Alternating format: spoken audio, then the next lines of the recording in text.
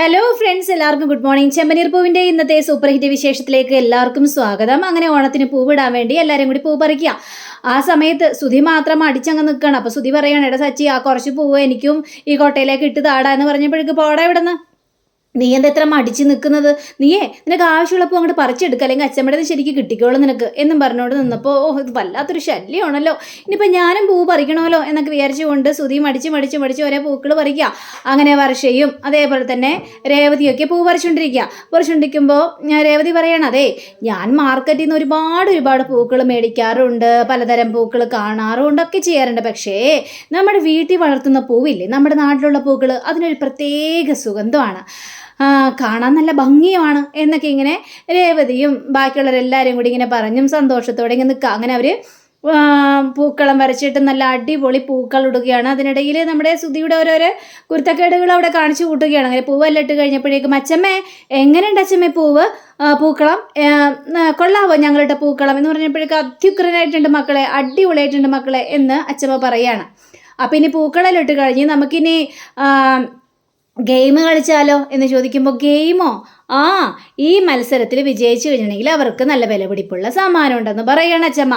ഇത് കേട്ട് കഴിഞ്ഞപ്പോഴേക്കും നമ്മുടെ സുധിയൊക്കെ പറയണം, അച്ചമ്മേ ഗെയിമൊന്നും വേണ്ട അച്ചമ്മ, എന്നാ ഗെയിം, ഈ മത്സരമൊന്നും വേണ്ട, എടാ നിനക്ക് വേണ്ടെങ്കിൽ വേണ്ട, ആർക്കൊക്കെ മത്സരത്തിൽ പങ്കെടുക്കാൻ താല്പര്യമുണ്ട്? അപ്പോൾ നമ്മുടെ ചന്ദ്ര പറയണം, ആരും മത്സരത്തിൽ പങ്കെടുത്തില്ലെങ്കിൽ ഞാൻ മത്സരത്തിൽ പങ്കെടുക്കും അമ്മേ, ഇത് അമ്മയ്ക്ക് വിലപിടിപ്പുള്ള സമ്മാനം കിട്ടാൻ വേണ്ടിയുള്ള അമ്മയുടെ അടവല്ലേ അമ്മേ, നീ പോടാ ഇവിടെ നിന്ന്.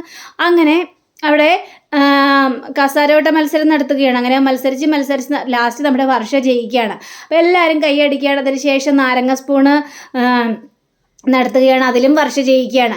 അടുത്തത് സുന്ദരിക്ക് പൊട്ടുവിടൽ. ആ സുന്ദരിക്ക് പൊട്ടുവിടുകയാണ്. ഓരോരുത്തരും സുന്ദരിക്ക് പൊട്ടുവിടുന്നത് എല്ലായിടത്താണ് പൊട്ടുവിടുന്നത്. അപ്പോൾ എല്ലാവരും തോറ്റുക. അപ്പോൾ സച്ചി വരികയാണ്. സച്ചി സുന്ദരിക്ക് പൊട്ടുവിടാൻ വേണ്ടി നിന്ന് കഴിഞ്ഞപ്പോഴേക്കും സച്ചി പോയി നമ്മുടെ രേവതിയുടെ നെറ്റിയിലാണ് പൊട്ടുവിടുന്നത്. ഇത് കണ്ട് ഞാൻ എല്ലാവരും പൊട്ടിച്ചിരിക്കുകയാണ്. കറക്റ്റ്, സച്ചി ഏതായാലും കറക്റ്റ് സുന്ദരിക്ക് തന്നെയാണ് പൊട്ട് തൊട്ടിരിക്കുന്നത്, കൊള്ളാം, ഇഷ്ടപ്പെട്ടു എന്നൊക്കെ പറഞ്ഞിട്ട് സച്ചി ആണെങ്കിൽ ചമ്മി എന്നറിയുന്ന അവസ്ഥയിൽ, രേവതി ആണെങ്കിൽ എന്താ സച്ചിയായിട്ട് എൻ്റെ നെറ്റിയിലാണ് കൊണ്ടൊന്ന് പൊട്ട് കൊടുക്കുന്നത്, പടത്തിലല്ലേ പൊട്ട് കൊടുക്കുന്നത്, സച്ചി അതിട്ട് എന്താണ് ഈ കാണിച്ചു കൂട്ടിയത് എന്നും പറഞ്ഞുകൊണ്ട് രേവതി ഒരു വഴക്ക്. അങ്ങനെ നമ്മുടെ അച്ഛൻ പറയാണ്, ശരി, ഇനി ഇവിടെ ഗെയിമെല്ലാം അവസാനിപ്പിച്ചു, ഇനി അടുത്തതേ ഇവിടെ ഒരു സ്പെഷ്യൽ ഗസ്റ്റ് വരാനുണ്ട് എന്ന് പറയുകയാണ്. ആ ഗസ്റ്റ് ഇപ്പം തന്നെ എത്തുമെന്ന് പറഞ്ഞപ്പോഴേക്കും എല്ലാവരും അന്തം വിട്ട് നോക്കിക്കേ, സ്പെഷ്യൽ ഗസ്റ്റോ, അതാരാണ് അച്ഛമ്മേ എന്ന് ചോദിക്കുമ്പോൾ, അതൊക്കെ വരുമ്പോൾ നിങ്ങൾ അറിഞ്ഞാൽ മതി, അവർ വരട്ടേന്നേ, വരുമ്പോൾ നിങ്ങൾക്ക് കാണാമല്ലോ. അങ്ങനെ എല്ലാവരും ആകാംക്ഷയോടെ കാത്തുക്കുക. അപ്പോൾ ഈ രവി ചോദിക്കുന്നുണ്ട്, ആരമ്മേ എന്നൊക്കെ ചോദിച്ചു കഴിഞ്ഞപ്പോഴേക്കും, നിൽക്കടാ വരുവടാ. അങ്ങനെ ആ കാറ് വന്നെത്തി. ആ കാറിൽ നിന്ന് ഒരു സ്ത്രീ ഇറങ്ങാണ്. അപ്പോൾ ആ സ്ത്രീയെ കണ്ട് സച്ചി ഞെട്ടിപ്പോവാ. കാരണം സച്ചിയെ പണ്ട് പഠിപ്പിച്ച ആ ടീച്ചറായിരുന്നു അത്. സച്ചിക്ക് ടീച്ചറെ കണ്ടു കഴിഞ്ഞപ്പോഴേക്കും വല്ലാത്തൊരു ആകാംക്ഷ തോന്നുകയാണ്, വല്ലാത്തൊരു സന്തോഷവും സങ്കടവും എന്തെന്നില്ലാത്തൊരു ഒരവസ്ഥയാണ് സച്ചിക്ക് ഉണ്ടായത്. ടീച്ചറമ്മേ എന്നും പറഞ്ഞുകൊണ്ട് സച്ചി ഓടി ചെല്ലുകയാണ്. അപ്പോൾ ടീച്ചറമ്മയും മോനെ സച്ചി എന്നും പറഞ്ഞുകൊണ്ട് അങ്ങനെ സച്ചിയുടെ നെഞ്ചോട് ചേർന്ന് ഇങ്ങനെ കിടക്കുകയാണ് നമ്മുടെ ടീച്ചറമ്മ. അപ്പോൾ ടീച്ചറമ്മയെ സന്തോഷത്തോടെ അനുകരിക്കണം. പക്ഷേ ടീച്ചറമ്മയെ കണ്ടപ്പോൾ സുധിയുടെ മുഖഭാവം ആകെയെന്ന് മാറുകയാണ്. സുധിക്ക് അത്ര വലിയ താല്പര്യമൊന്നും പോരാ.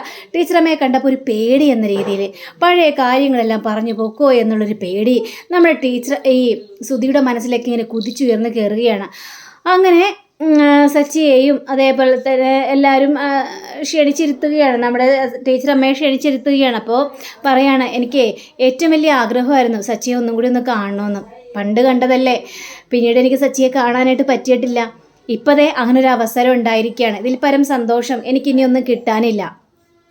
പിന്നെ സച്ചിയെ, ഇവൻ്റെ മനസ്സ് എത്ര നല്ല മനസ്സാണെന്നറിയാവോ, നിങ്ങൾക്ക് ഇവരെക്കുറിച്ചൊന്നും അറിയാൻ പാടില്ലാത്തത് കൊണ്ടാണ് ചില കാര്യങ്ങളൊക്കെ ഞാനിവിടെ പറയാം. ഇവനെ പരോപകാരി, പിന്നെ ക്ലാസ്സിലും മിടുക്കൻ, നന്നായിട്ട് പഠിക്കും, ആരെക്കൊണ്ടും ഒരു ചീത്ത പേരും കേൾപ്പിക്കാത്തൊരു വ്യക്തി. അപ്പോൾ ഇതൊക്കെ കേട്ട് കഴിഞ്ഞപ്പോഴേക്കും രേവതിയും ബാക്കിയുള്ളവരെല്ലാവരും അന്തം വിട്ട് നോക്കി നിൽക്കുക. പക്ഷേ സുധിക്ക് മാത്രം വലിയ ഇഷ്ടപ്പെടുന്നൊന്നുമില്ല. ഈ ഒരു പറച്ചിൽ കേട്ട് കഴിഞ്ഞപ്പോഴേക്കും ചന്ദ്രയ്ക്കും അത്ര വലിയ താല്പര്യമൊന്നുമില്ല അത് കേട്ടപ്പോൾ. അങ്ങനെ നമ്മുടെ ടീച്ചറമ്മ പറയാണ്, അതെ, ഞാൻ ഇതേപോലെ നല്ല ടീച്ചറിനുള്ളൊരു അവാർഡൊക്കെ മേടിച്ച് എല്ലാവരും എന്നെ സ്കൂളിൽ സ്വീകരിക്കാനായിട്ട് എത്തിയിരിക്കുകയാണ്. അപ്പോൾ എല്ലാവരും കയ്യിൽ പൂച്ചെണ്ടൊക്കെ ഉണ്ട്. അതിൻ്റെ ഇതിലും ലീഡറായിട്ട് നിന്ന് നമ്മുടെ സച്ചിയാണ്. അപ്പോൾ സച്ചിക്കായിരുന്നു ഏറ്റവും കൂടുതൽ ആഗ്രഹം എന്നെ സ്വീകരിക്കണമെന്ന്. അതേപോലെ തന്നെ അവനത് ചെയ്യുകയും ചെയ്തു. പക്ഷേ ചില കാര്യങ്ങളൊക്കെ ഉണ്ട്. ഇവനെ ഞാൻ ശരിക്കും മനസ്സിലാക്കിയത് എപ്പോഴാണെന്നറിയാവോ? അതായത് ഇവൻ ഓരോ പിള്ളേരെ സഹായിക്കുന്ന കാണുമ്പോൾ ഭയങ്കര മഴ, കൊടും മഴയായിരുന്ന സമയമാണേ. ആ സമയത്ത് ഒരു കുട്ടിയാണെങ്കിൽ നനഞ്ഞ് കുതഞ്ഞ് വരിക. അന്നേരം ഇവൻ ചോദിച്ചു, മോൻ്റെ കയ്യിൽ കുടയില്ലെന്ന് ചോദിച്ചു കഴിഞ്ഞപ്പോഴേക്കും ഇല്ല ഏട്ടാ, എൻ്റെ കയ്യിൽ കുടയില്ലെന്ന് പറയാം. അങ്ങനെ സച്ചി എന്ത് ചെയ്തെന്നറിയാവോ? സച്ചിയുടെ കയ്യിൽ ആ കുട എടുത്തിട്ട് പറഞ്ഞു, മോനിത് കൊണ്ടുപോയിക്കോ, ഈ മഴ നനയാതെ പോകണം, അല്ലെങ്കിലേ നാളെ സ്കൂളിൽ വരുമ്പോഴേ പനി പിടിക്കും, അതുകൊണ്ട് മഴ നനയാതെ പൊയ്ക്കോ എന്ന് പറഞ്ഞുകൊണ്ട് ആ കൊച്ചിനെ പറഞ്ഞു വിട്ടു. എന്നിട്ട് സച്ചി എന്താ ചെയ്തത്? തൻ്റെ ബുക്കുകൾ മുഴുവനും ഷർട്ടിൻ്റെ ഉള്ളിൽ മറച്ച് വെച്ചിട്ട് സച്ചി ഓട്ടാ മഴയത്ത്. പിറ്റേ ദിവസം ആയപ്പോഴാണ് സ്കൂളിൽ വന്നില്ല, പാനിച്ച് വിറച്ച് വല്ലാത്തൊരവസ്ഥയിൽ വീട്ടിൽ കിടക്കായിരുന്നു.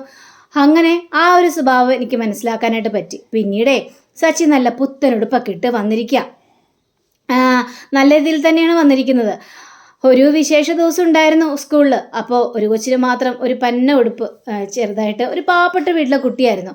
അപ്പോൾ സച്ചിക്ക് ഇത് കണ്ടു കഴിഞ്ഞപ്പോഴേക്ക് ഭയങ്കര സങ്കടം തോന്നി. അതെന്താ, നിൻ്റെ വീട്ടിൽ നല്ല ഡ്രസ്സുകളൊന്നും മേടിച്ച് തരാൻ ആരുമില്ലേ എന്ന് ചോദിച്ചപ്പോഴേക്കും എൻ്റെ വീട്ടിൽ എനിക്ക് നല്ല ഡ്രസ്സൊന്നും ഇല്ല ചേട്ടാ എന്നൊക്കെ ഇങ്ങനെ ആ കൊച്ചു പറഞ്ഞു കഴിഞ്ഞപ്പോഴേക്കും അവൻ്റെ ഡ്രസ്സ് ആ കൊച്ചിന് ഊരിക്കൊടുത്തു.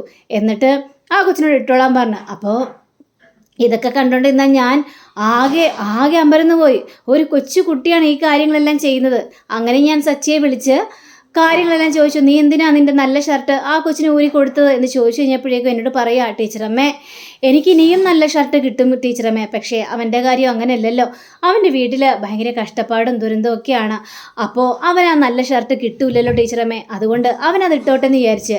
അവൻ്റെ സന്തോഷം കണ്ടപ്പോഴേ എനിക്ക് ഭയങ്കര സന്തോഷം തോന്നി. അപ്പോൾ സച്ചിയുടെ ഓരോരോ കഥകളും കേട്ടിരുന്ന നമ്മുടെ രേവതിയുടെ കണ്ണുകളൊക്കെ നിറയുകയാണ്. അപ്പോൾ നമ്മുടെ ടീച്ചറമ്മ പറയുകയാണ്, ഞാൻ ഈ കഥ പറയുമ്പോൾ നിങ്ങളൊക്കെ വിചാരിക്കുന്നുണ്ടാവും ഇതൊരു ചെറിയ കഥയല്ലേ, ഇതൊക്കെ നിസ്സാരമായിട്ടൊക്കെ തോന്നും, പക്ഷേ അന്ന് ഇവൻ കൊച്ചായിരുന്നു, കുഞ്ഞു മനസ്സിൽ വരുന്ന ആ ഒരു കാര്യങ്ങൾ, അപ്പോൾ അവൻ ചെയ്യുന്ന അന്നത്തെ ആ പ്രവൃത്തി എല്ലാവർക്കും വലിയ കാര്യങ്ങൾ തന്നെയായിരുന്നു. ഒരിക്കലും ഒരു കുട്ടിയുടെ മനസ്സിലേക്ക് വരാത്ത ആ നന്മകളാണ് അവൻ്റെ മനസ്സിലേക്ക് കയറി വന്നത്. അങ്ങനെ ഞാൻ സച്ചിയെ ഒരുപാട് പിന്തുടരാനായിട്ട് തുടങ്ങി, അവൻ്റെ സ്വഭാവം മനസ്സിലാക്കാനായിട്ട് തുടങ്ങി. അതിൽ പിന്നെ എനിക്ക് ഇവനില്ലേ എൻ്റെ സ്വന്തം മകനെ പോലെയാ. സ്വന്തം മകൻ, ഒരു ടീച്ചറും കുട്ടി എന്ന രീതിയിലല്ല, അവൻ എൻ്റെ സ്വന്തം മകനെ പോലെ തന്നെയാണ് ഞാൻ അവനെ നോക്കിയിട്ടുള്ളത് എന്നിങ്ങനെ പറയുകയാണ്. അതിനുശേഷം വലിയൊരു സംഭവം ഉണ്ടായി. സച്ചിയുടെ ജീവിതം മാറ്റിമറിച്ചുകൊണ്ടുള്ളൊരു സംഭവം. ഇത് കേട്ട രേവതി ആകാംക്ഷയോടെ നിൽക്കുക, ഇപ്പം തന്നെ ആ സംഭവം പറയുമെന്നൊക്കെ വിചാരിച്ചുകൊണ്ട്. പക്ഷേ ആ സംഭവത്തിൻ്റെ ഇടയിലേ സച്ചി വല്ലാതെ കിടന്ന് ബുദ്ധിമുട്ടി. സച്ചിയെ ഒന്ന് സപ്പോർട്ട് ചെയ്യാനോ ആരും ഉണ്ടായിരുന്നില്ല. പക്ഷേ അവൻ അങ്ങനെ ഒരു കാര്യം ചെയ്യില്ലെന്ന് എനിക്ക് നന്നായിട്ട് തന്നെ അറിയായിരുന്നു. ഇത് കേട്ട് നമ്മുടെ സച്ചിയും പറയാണ്, അതെ സത്യമാണ് ആ പറഞ്ഞത്. കാരണം ആ സമയത്ത് എന്നെ ആരും സപ്പോർട്ട് ചെയ്യാൻ പോലും ഉണ്ടായിരുന്നില്ല.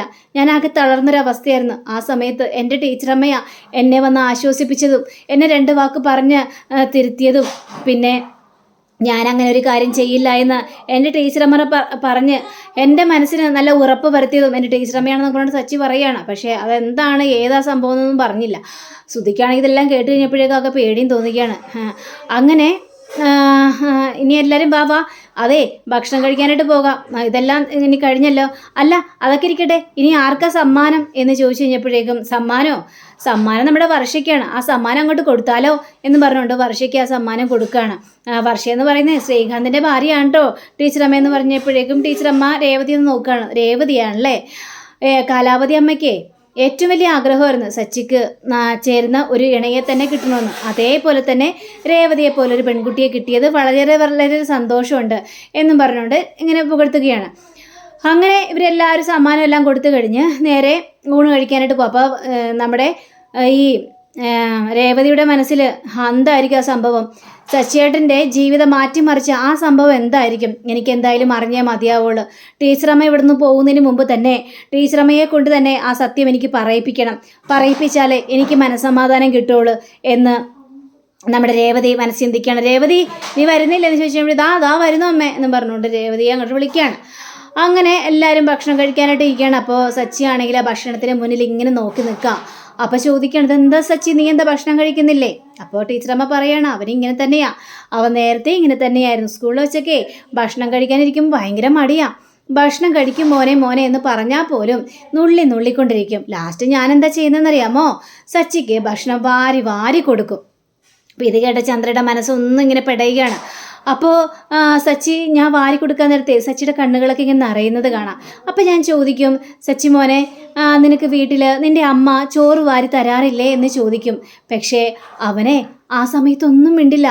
ഈ മോന്തേക്ക് ഇങ്ങനെ വീർത്ത് ചുവന്ന് തൊടുത്ത് കണ്ണുകളെല്ലാം നിറഞ്ഞൊഴുകുന്ന രീതിയിലായിരിക്കും അവനാ നിൽക്കുന്നത്. ഇത് കേട്ട ചന്ദ്ര ആകെ തകർന്നു പോയൊരവസ്ഥ നിൽക്കുക. രവിയും കണ്ണുകളൊക്കെ തുടയ്ക്കുകയാണ്. രേവതിക്കും സങ്കടം സഹിക്കാനായിട്ട് പറ്റുന്നില്ല.